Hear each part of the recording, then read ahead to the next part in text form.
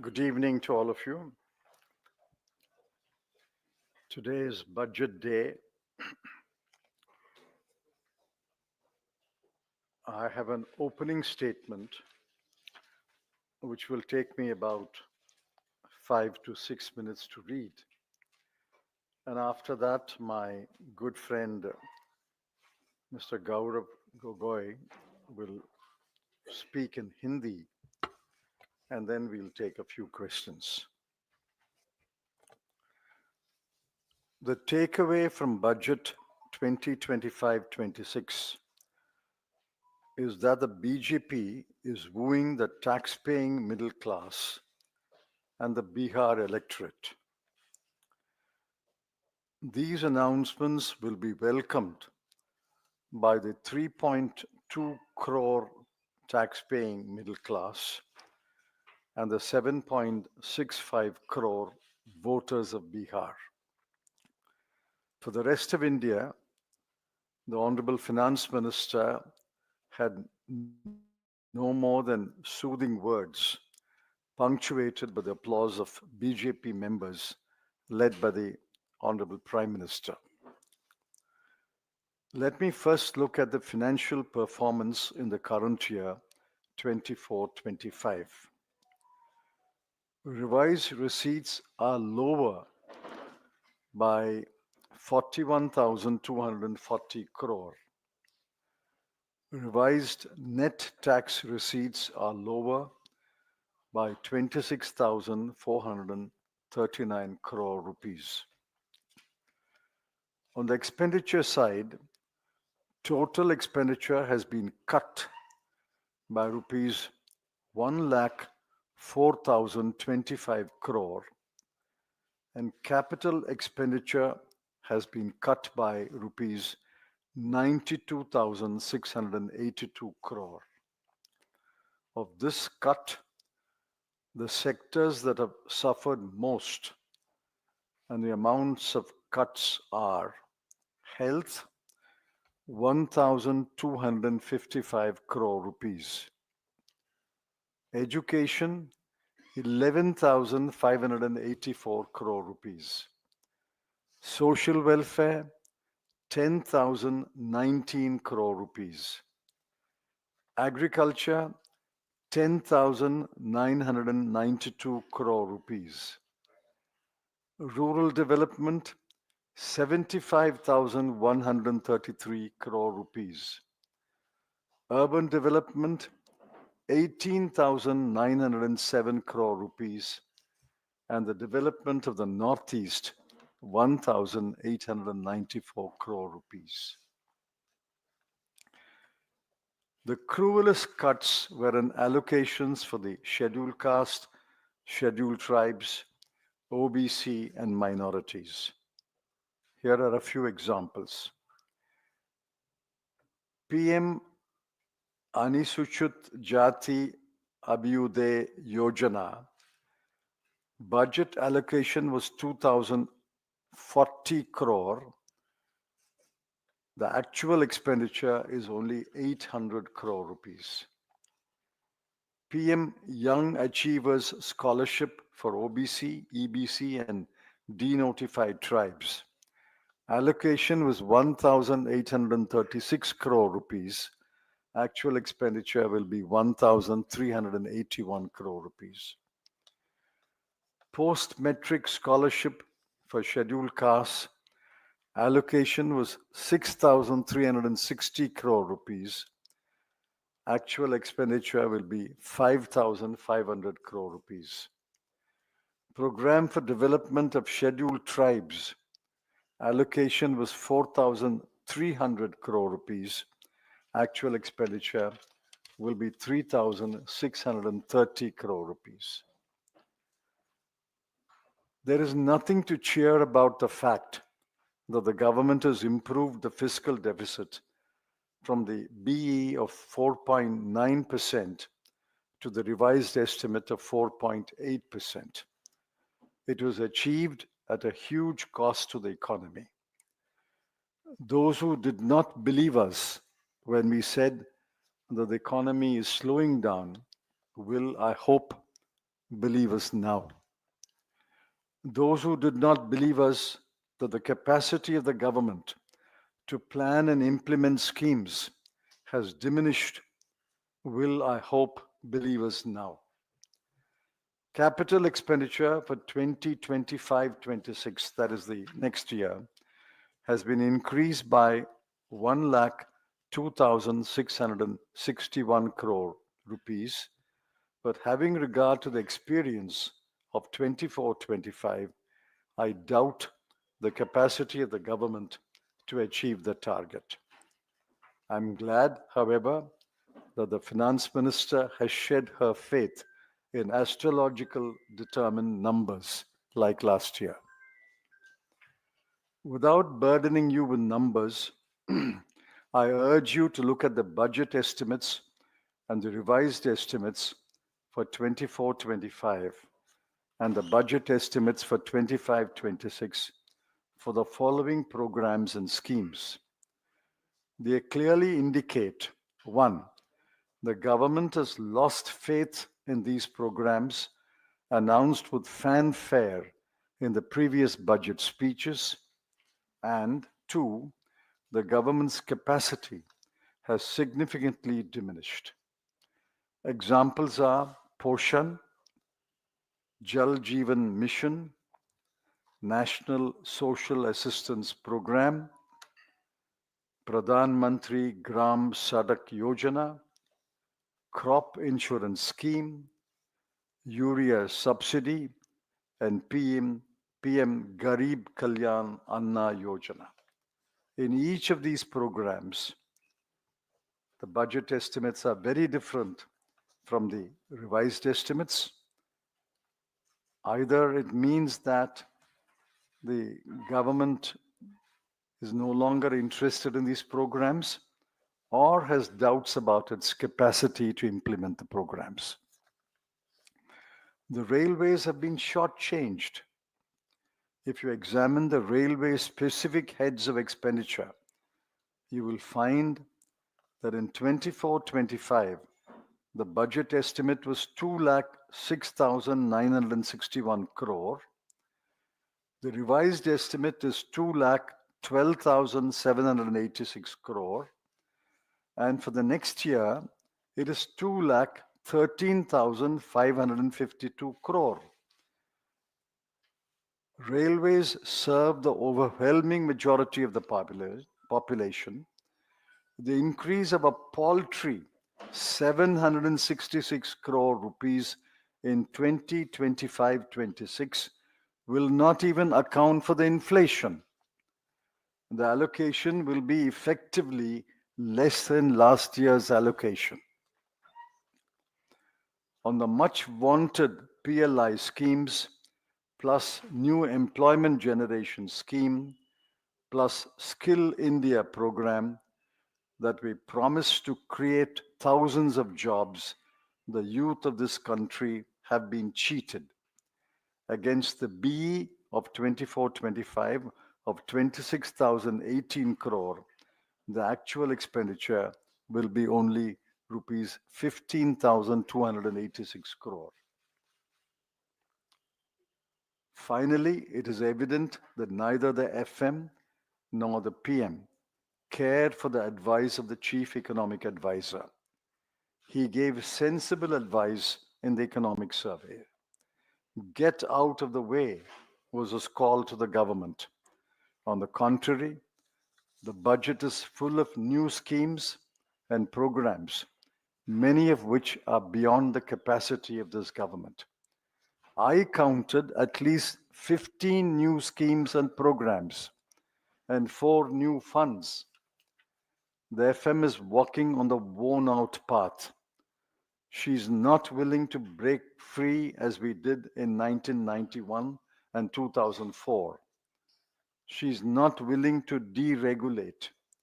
She's not willing to get out of the way of the people, especially the entrepreneurs and the MSMEs and the startups.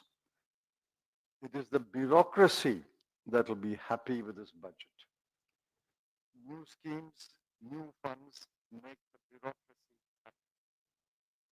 The stranglehold of government on the activities of the people is getting tighter.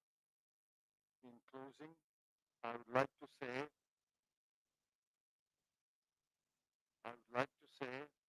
that the economy will trudge along on the old path.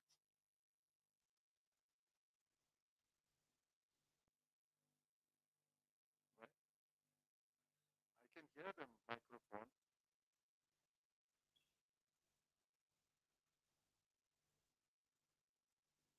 I can hear the microphone. What? I don't know what is wrong with the camera or the line. In closing, I would like to say, can you hear now? In closing, I would like to say,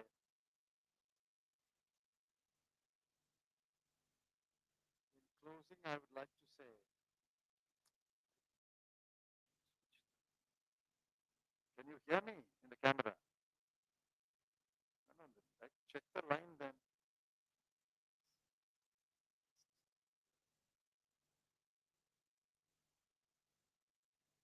From the beginning, you did not hear me. No, no, one of you speak up.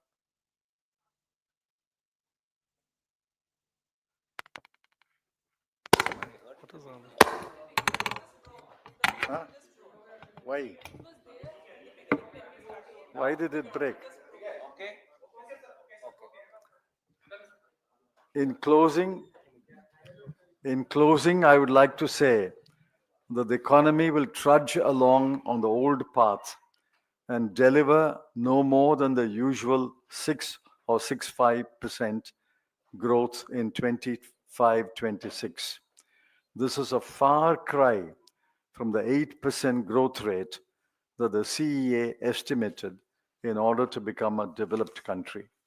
In our view, this is a government with no new ideas and no will to reach beyond its grasp. Gaurav.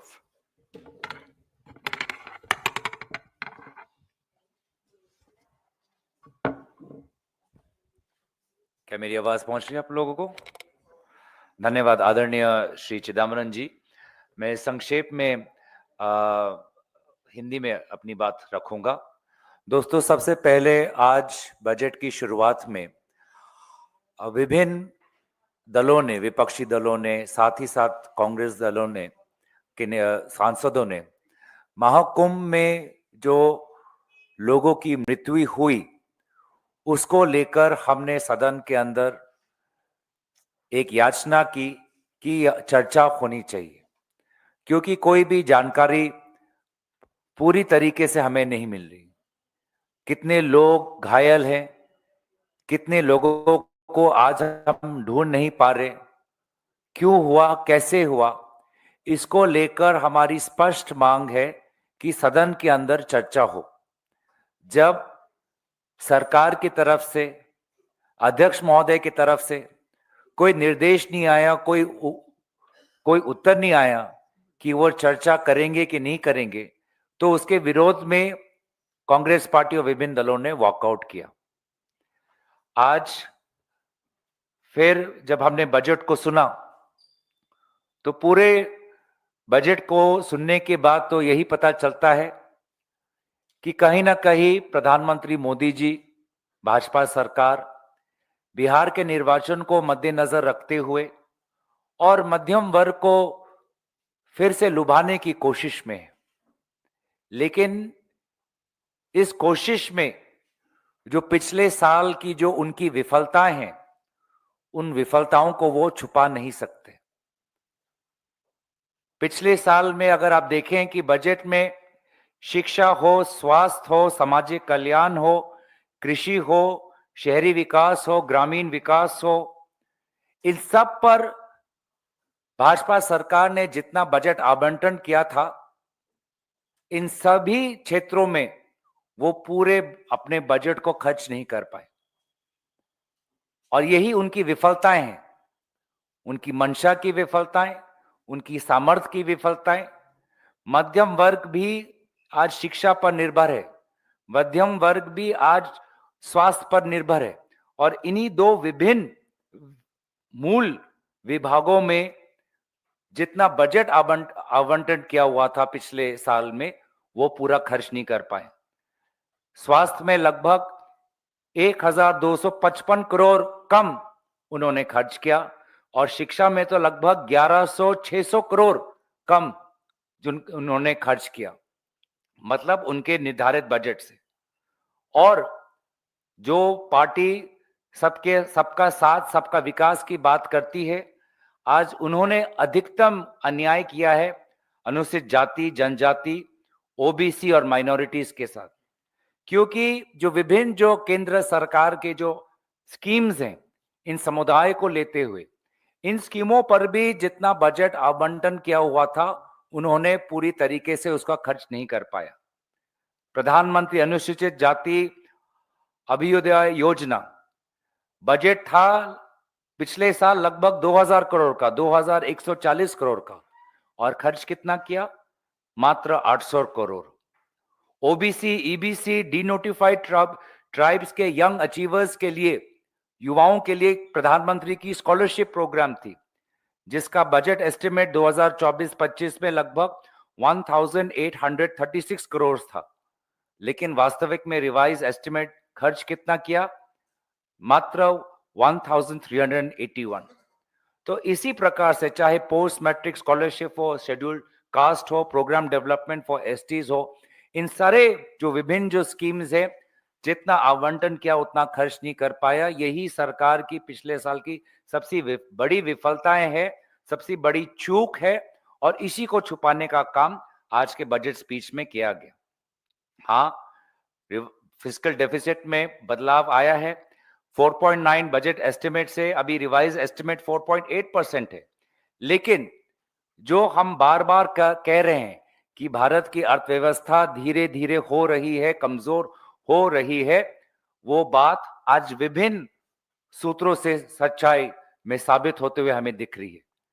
कल जो economic survey आया, उसमें खुद सरकार के chief economic adviser ने इस बात की कबूल किया है कि सरकार आज आर्थिक प्रगति में एक बाधा बन गई है, और सरकार को आर्थिक विकास के रास्ते से अपने आप को परे रखना चाहिए, तभी जाके भारत के समुदाय और भारत का उद्योग आगे जाएगा।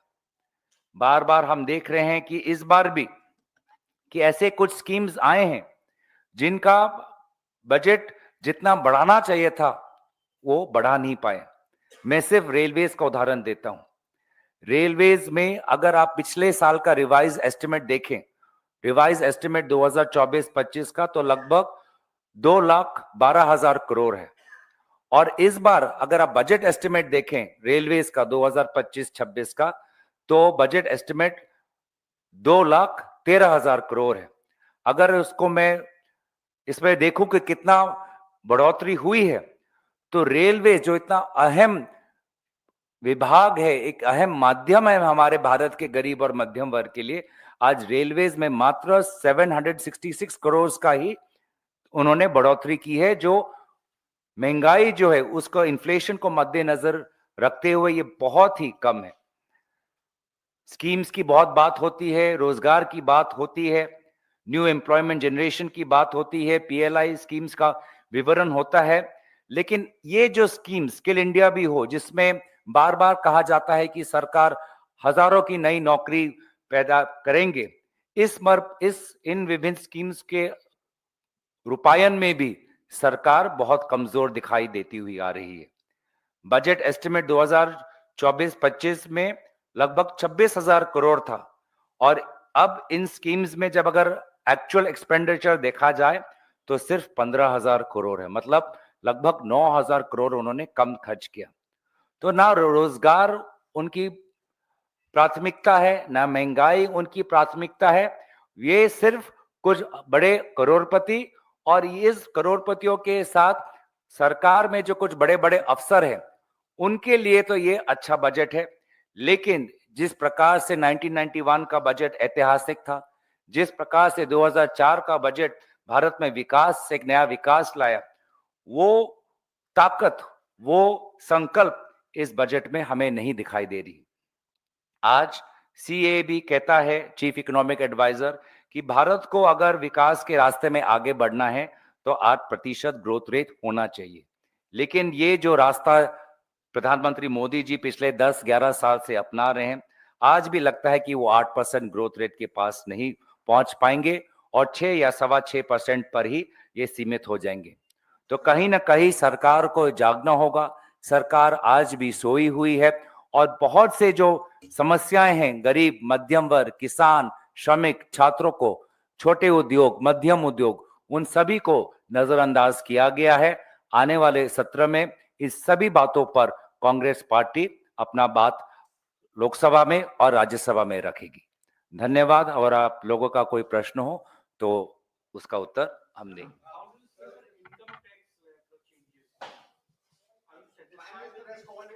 Force multiplier saying that No, that's one thing, sir. question. Same question. Yeah. Prime Minister has said that it's a force multiplier, and the tax relief that people are going to get, it is actually going to boost savings in our country. Who are the tax-paying return filers? The taxpayers are only 3.2 crore in this country. Let's get that first. Total number of taxpayers is a little over 8 crore. But of that, the bulk file nil returns. The 3.2 crore people get relief. I'm happy about it. But what about the remaining 141 crore people? Their wages are stagnant. The household monthly per capita expenditure in rural India is 4,122 rupees, which is about 140 rupees a day. And in urban India, it is 7,000 rupees, which is 230 rupees a day. This is the state of the vast majority of the people. While I don't grudge, in fact, I welcome that the 3.2 crore people have got relief. What is the relief given to the remaining 141 crore people? Sir, the new income tax bill will be introduced next week. Don't you think that 1.141 crore people will get into it? I don't know. Let us see the bill. Have you seen the bill? I don't know what the bill is. But the fact is, today a little over 8 crore people filed returns, of which only 3.2 crore people file a tax paying return. The rest are nil returns. Sir यही सवाल मेरा No, no, one by one. इसमें add कर देते हैं। देखिए, दिल्ली की जनता, अगर आपको लगता है कि इतनी सरल है कि बजट के भाषण के एक प्रस्ताव से वो वर्तमान राज्य सरकार हो या केंद्र सरकार हो, उनकी विफलताओं को भूल जाएगी, तो ये आपका गलत राय होगा। मुझे लगता है कि दिल्ली चुनाव में लोग आज परिवर्तन चाहते हैं और लोग संतुष्ट नहीं हैं, चाहे राज्य सरकार के काम से हो या केंद्र सरकार के काम से। सर जिस तरह से मिडिल क्लास को इस बजट में मिडिल क्लास के बारे में उनको दिया गया है, क्या आपको लगता है कि पहले दिल्ली उसके बाद बिहार के चुनाव को जो है बीजेपी ध्यान में रख के ये बजट दिया गया है? देखिए, मैं दोबारा आपको कहना चाहूंगा कि भाजपा ने पिछले साल में जो विफलताएं, उनकी खामियां हुई हैं, शिक्षा विभाग में, स्वास्थ्य विभाग में, सामाजिक विभाग में, कृषि विभाग में, ग्रामीण विभाग में, शहरी विकास में, इन सारे विभागों में जितना बजट उन्होंने रखा हुआ था वो खर्च नहीं कर पाए, कटौती हुई है एक्सपेंडिचर में। तो इस सब का प्रभाव लोगों के जीवन में पड़ता है, वो चाहे दिल्ली की जनता हो या बिहार की जनता हो। तो इसीलिए ये हमारे वोटर बहुत सकारात्मक है और बहुत ही वो बारीकी से सब चीज को जानते हैं और किसी एक वाक्य से या किसी एक प्रस्ताव से वो बाकी सब चीजें भूल जाएंगे, ऐसा नहीं होने वाला है। और आदरणीय चिदम्बरम जी ने कहा है कि भारत में लगभग 8 करोड़ लोग, 140 करोड़ आबादी के देश में 8 करोड़ लोग टैक्स का रिटर्न देते हैं और उसमें से सिर्फ 3 करोड़ लोग कोई टैक्स देते हैं। तो माना हम कि उन 3 करोड़ लोगों को, भारत पूरे देश में उन 3 करोड़ लोगों को आज कुछ सहूलियत मिली है, लेकिन महंगाई में कोई सहूलियत नहीं, जीएसटी में कोई सहूलियत नहीं, स्कूल की फीस आज कम नहीं हो जाएंगे, पेट्रोल उतना ही देना है, डीजल में कोई परिवर्तन नहीं आने वाला है। तो इनकम टैक्स के अलावा बाकी हर चीज, चाहे वो बिजली का बिल हो, पानी का बिल हो, पेट्रोल हो, डीजल हो, दवाई का दाम हो, कपड़ों पे जीएसटी हो, सॉल्टेड या कैरेमल पॉपकॉर्न पे जीएसटी हो, इन सब मामलों में कोई परिवर्तन आने नहीं वाला। और इसीलिए मुझे लगता है कि बहुत और कुछ इस सरकार को करना है। Sir, you've said that the economy will trudge along at around 6 to 6.5%. So, do you think that with the government repeatedly talking about Viksit Bharat by 2047, do you think that would remain a pipe dream? It is. It is a pipe dream today, and at this rate of growth, it will remain a pipe dream for a long time. Not only I said it, the chief economic advisor has said yesterday that unless we grow at 8% for 15 to 20 years, by 2047, we will not become a developed country. At 6 to 6.5%, it will take another 15 to 20 years. Sir, Modi government claims that by end of this tenure, India will become third largest economy, 5 trillion economy. It is possible with such kind of budget. How many more years it will take to become India third largest economy? I have answered this question several times. Whether there is a government or not, whether the BJP government is there or any other government is there, we will become a third largest economy. I mean, it doesn't require a government.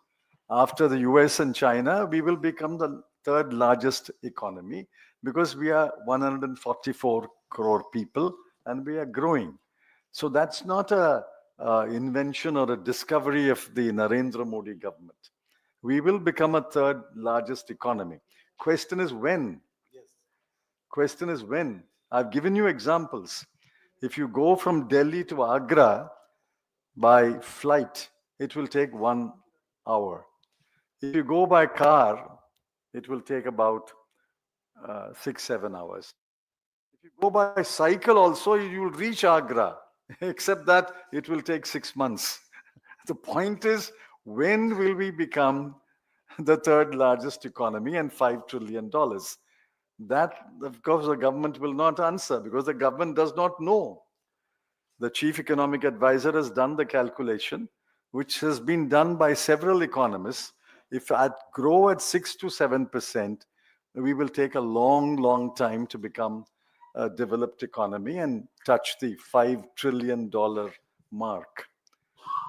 Chidambaram ji, one question here, please. Considering this is her 8th budget, do you think the finance minister has finally run out of steam? And how many marks would you give her for this one? If I was a Delhi voter, I'm not. I'll give her high marks. If I was a Bihar voter, I'll give her high marks. But the rest of the country, what mark do... She has said nothing about job creation. She has said nothing about private investment. She has nothing about FDI. She has said nothing about the dollar-rupee exchange rate.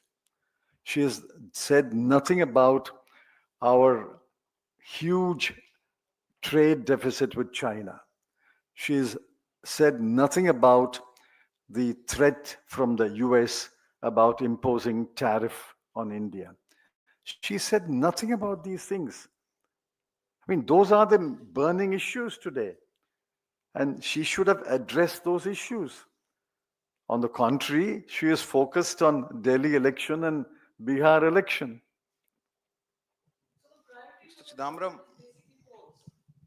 Priority for this government is basically polls and not the people. Well, you said that, I concur. Mr. Chidambaram, Karnataka Chief Minister and Deputy Chief Minister have accused Center of having discriminatory approach towards their state. They have decried unfair budget allocation for Karnataka. Similarly, MPs from Tamil Nadu have said that their state have been ignored and not once Tamil Nadu was mentioned. Do you believe that states that are doing better than rest of the India are not getting due share or due recognition? See, I agree that you don't have to mention all the 29 states and union territories. But you have to mention some states and some projects of importance. She said nothing. She only mentioned Bihar, Bihar, Bihar. 4 times, I think she mentioned Bihar and Patna and what is that? Makana. Makana board. Maybe she will come next time to Rajya Sabha from Bihar. Who knows?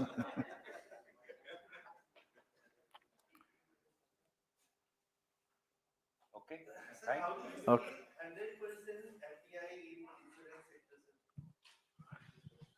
I remember the history of the insurance bill. When I first introduced the insurance bill under the United Front government, I proposed 20% FDI. Under the leadership of Mr. Vajpayee ji, the BJP opposed it, stoutly opposed it. And we had to give up that clause, give up that bill, in fact. Today, they have traveled a long way from opposing 20% to proposing 100%. It was inevitable. But the BJP cannot look beyond its nose. You have to see what the future will hold and what direction we will take. But you have to be bold, like Dr. Manmohan Singh. You have to be bold. But they have no ideas, no vision, and no capacity to implement their existing programs. Gaurav and I have listed the number of sectors where they have fallen woefully short of the budget allocation. Why? Either the ministers don't know how to run their ministries, or the finance ministry doesn't drive them to spend the money. The programs are all left orphaned. If you don't spend the money, how will the program be implemented? Okay. Okay. Thank you.